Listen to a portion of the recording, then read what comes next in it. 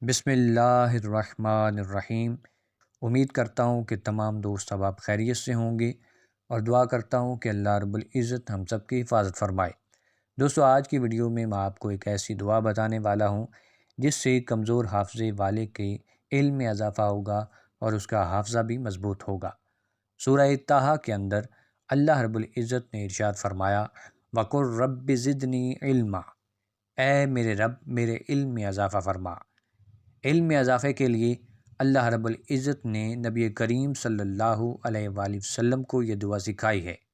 نماز عصر کے بعد اس آیت کا 40 مرتبہ مریض پر پڑھ کر دم کرنا اس کے علم میں اور اس کے حافظے میں اضافہ کرتا ہے۔ اس آیت کو جس کا حافظہ کمزور ہے اس پر دم کریں، انشاءاللہ عز و جل اس کے علم میں اضافہ ہوگا۔ اگر ویڈیو اچھی لگتی ہے تو ویڈیو کو لائک کریں، دوسروں کے ساتھ شیئر کریں، بیل آئیکن کو ضرور پریس کریں تاکہ ہماری آنے والی ویڈیو کا نوٹیفیکیشن آپ کو بر وقت مل سکے۔ تو ملتے ہیں اگلی ویڈیو میں، تب تک کے لیے اللہ حافظ۔